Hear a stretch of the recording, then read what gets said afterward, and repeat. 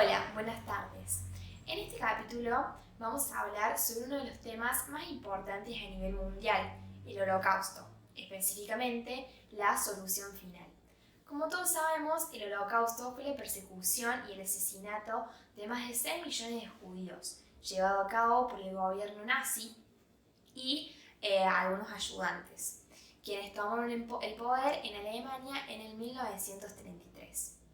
Ellos se creían una raza superior y pensaban que los judíos eran una raza inferior.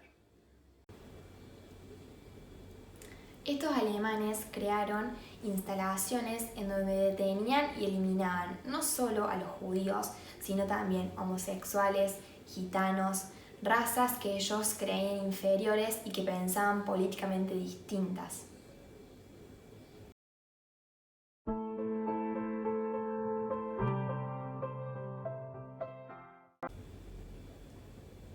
Los guetos eran distritos urbanos en donde los judíos eran obligados a vivir. Estos se encontraban cercados por muros, portones o rejas y eran insalubres o estaban atestados. Uno de los guetos más importantes fue el gueto de Varsovia, entre otros 400 guetos que ellos construyeron.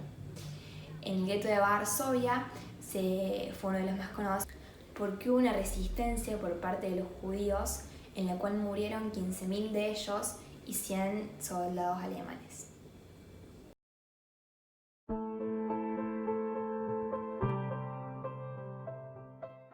También existían los campos de exterminio que cumplían la función de un asesinato en masa. Eran conocidos como la fábrica de muerte. Los que eran mandados a estos campos de exterminio eran mandados directamente a la cámara de gas. Estos campos eran totalmente secretos para el Estado y grupos de prisioneros eran mandados a quemar los cadáveres. Y luego de todo esto, esos campos fueron o camuflados o se convirtieron en parques.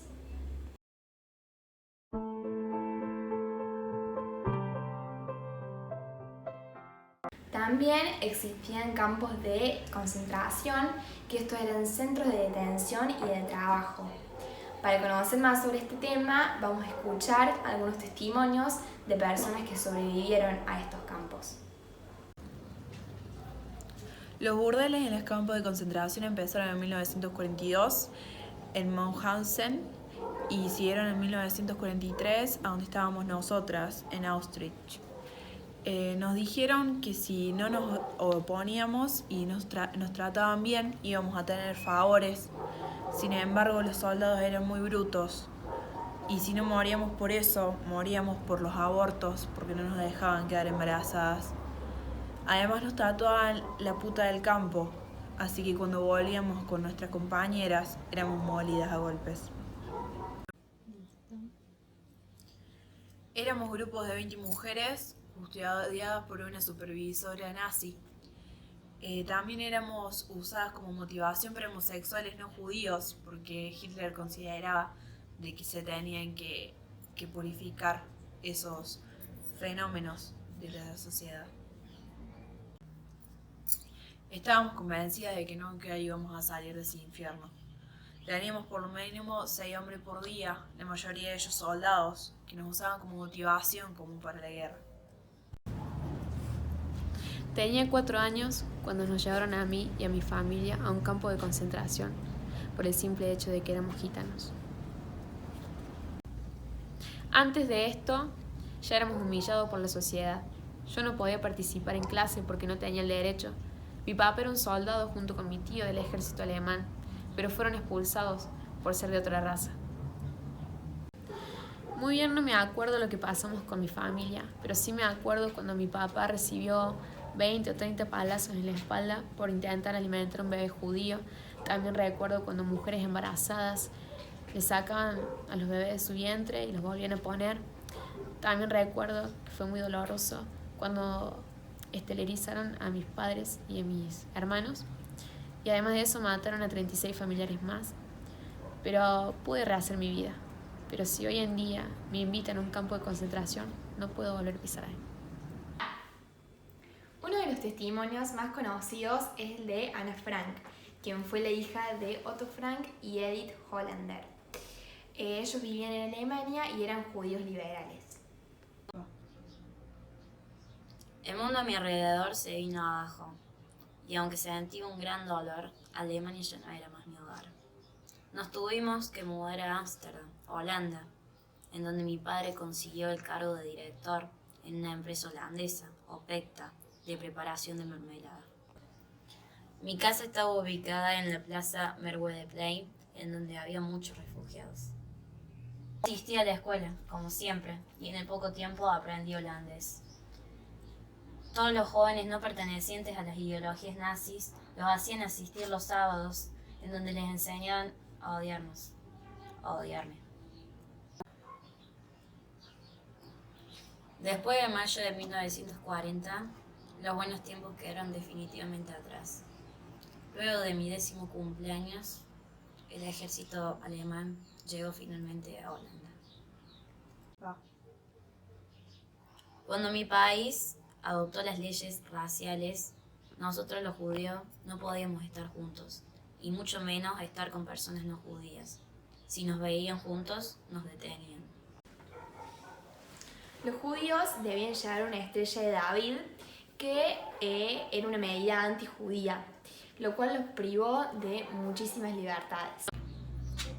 Solo podíamos comprar desde las 3 de la tarde hasta las 5 de la tarde, y no podíamos salir a la calle desde las 8 de la noche hasta las 6 de la madrugada.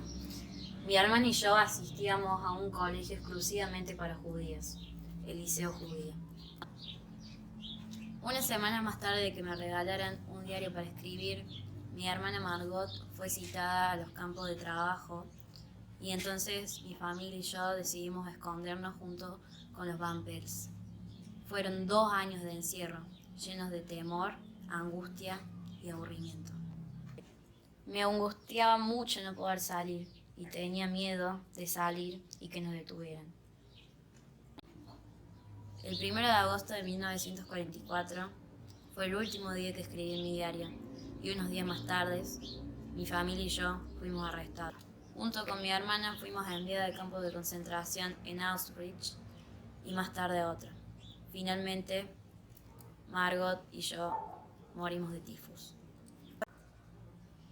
Mi nombre es Lisa Sahak, nací en 1926, viví una infancia feliz y llegué a terminar la primaria.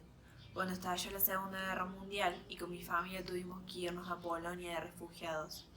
En 1943, cuando yo tenía 16 años, nos fueron reportados a Auschwitz, que fue la última vez que vi a mi familia.